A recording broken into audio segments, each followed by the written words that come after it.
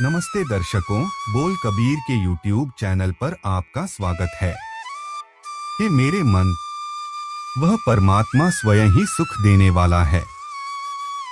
वह परमात्मा गुरु की कृपा से मिलता है, अपनी ही मेहर से मिलता है।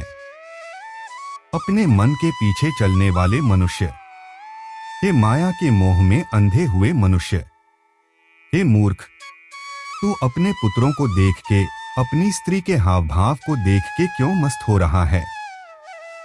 तू दुनिया के कई रस भोगता है, तू कई तरह की खुशियों का आनंद लेता है, तू अनेक किस्म की मौजें करता है।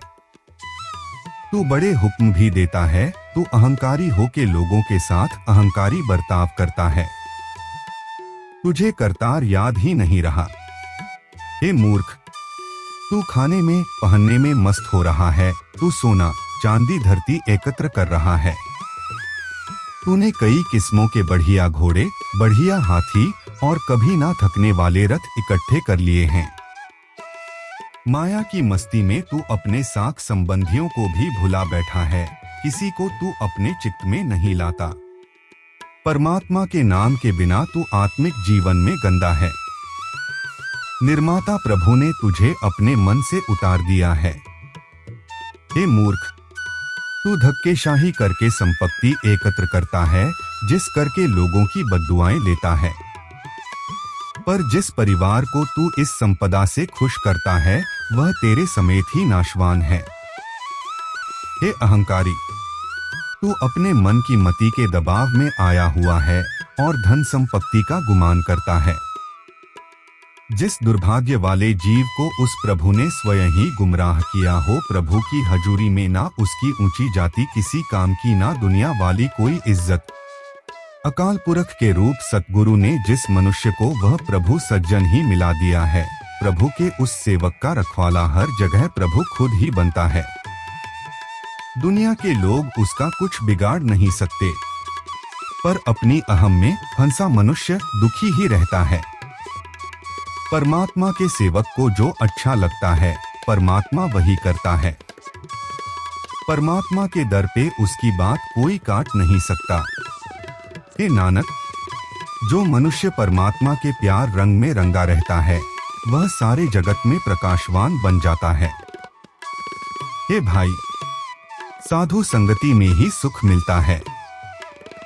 उस अकाल पुरख निर्माता ने जिसके माथे पर अच्छे भाग्यों का लेख लिख दिया, उसको सत्संग मिलता है तथा उसका दुख सहन दूर हो जाता है। अगर किसी मनुष्य के मन में कई किस्म की बहुत सी चाव-उमंगे हों, अगर उसकी निगाह दुनिया की खुशियों में ही भूली रहें, अगर ऐसी बादशाहियां मिलती हों कि सिर पर छत्र टिके रहें, तो भी साधु संगत के बिना ये सब मौजें सहम में डाल के रखती हैं।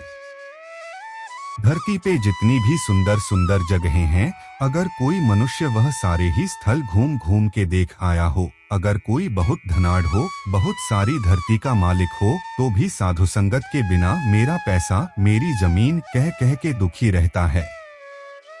अगर कोई मनुष्य डर खतरा झिझक उतार के लोगों पे अपना हुक्म चलाए, लोगों से बड़ी अकड़ वाला सलूक करे, अगर उसने हरेक को अपने वश में कर लिया हो, तो भी साधु संगत से वंचित रह के परमात्मा के नाम के बगैर सुख नहीं मिलता और आखिर मिट्टी में मिल जाता है।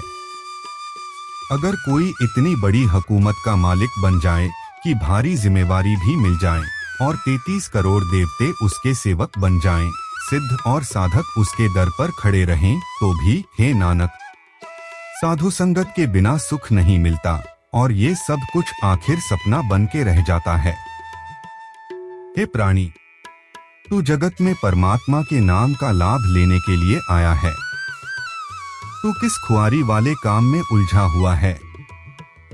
तेरी जिंदगी की सारी रात खत्म होती जा रही है। हर रोज उद्यम से इस शरीर को पालते पोसते हैं, जिंदगी का उद्देश्य समझे बगैर यह मूर्ख ही रह जाता है। इसे कभी उस परमात्मा जिसने इसे पैदा किया है याद नहीं आता और आखिर में इसे मसाणों में फेंक दिया जाएगा।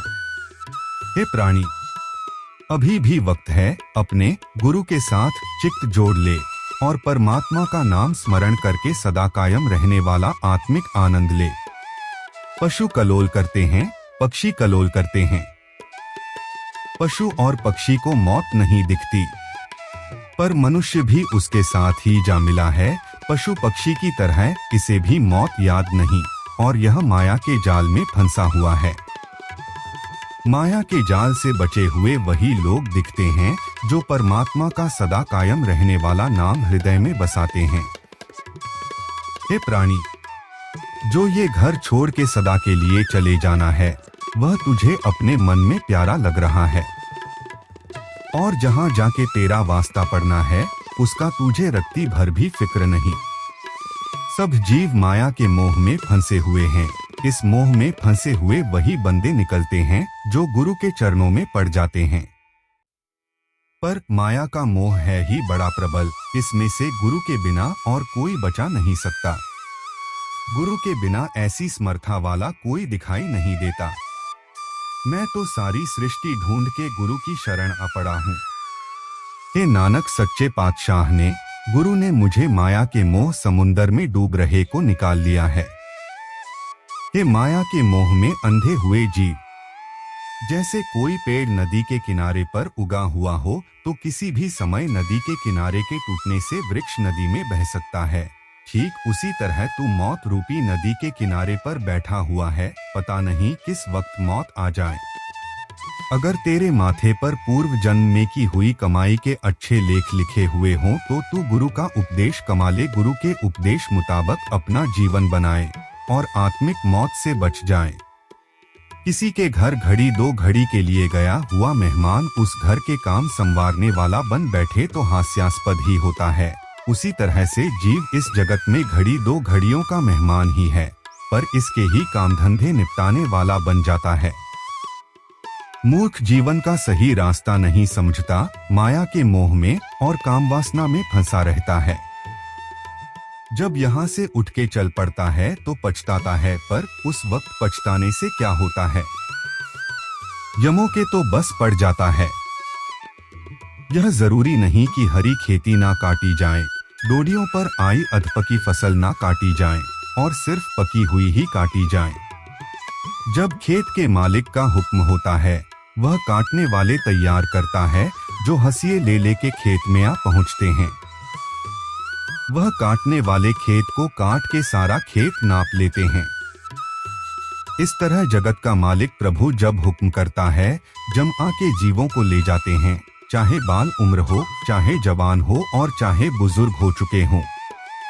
माया में ग्रसे मूर्ख मनुष्य की जीवन की रात का पहला पहर दुनिया के धंधों में बीत जाता है।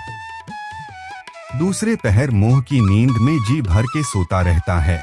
तीसरे पहर विषय भोगता रहता है और चौथे पहर आखिर दिन चढ़ जाता है, बुढ़ापा आके मौत आ पुकारती है। जिस प्रभु ने ये जीवात्मा और शरीर दिया है, वह कभी भी इसके चित्त में नहीं आता, उसे कभी भी याद नहीं करता।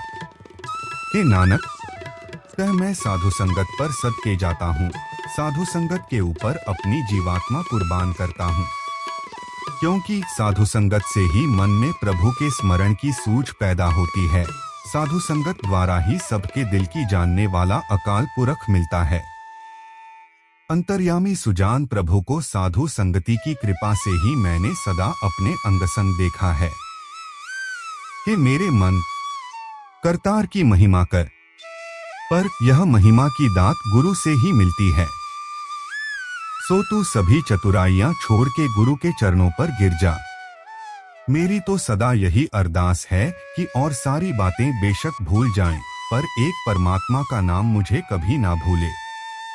गुरु ने दुनिया के धंधों से मेरा सारा मोह जला के मुझे प्रभु का नाम दिया है। यह सदा स्थिर नाम ही अब मेरा जीवन उद्देश्य है। मैं दुनिया की सारी आशाएं मन से दूर करके एक परमात्मा की आस अपने अंदर पक्की करता हूँ। अगर आपको हमारा वीडियो पसंद आया है तो इसे जरूर लाइक करें और हमसे जुड़ने के लिए बोल कबीर के YouTube चैनल को सब्सक्राइब करें। धन्यवाद।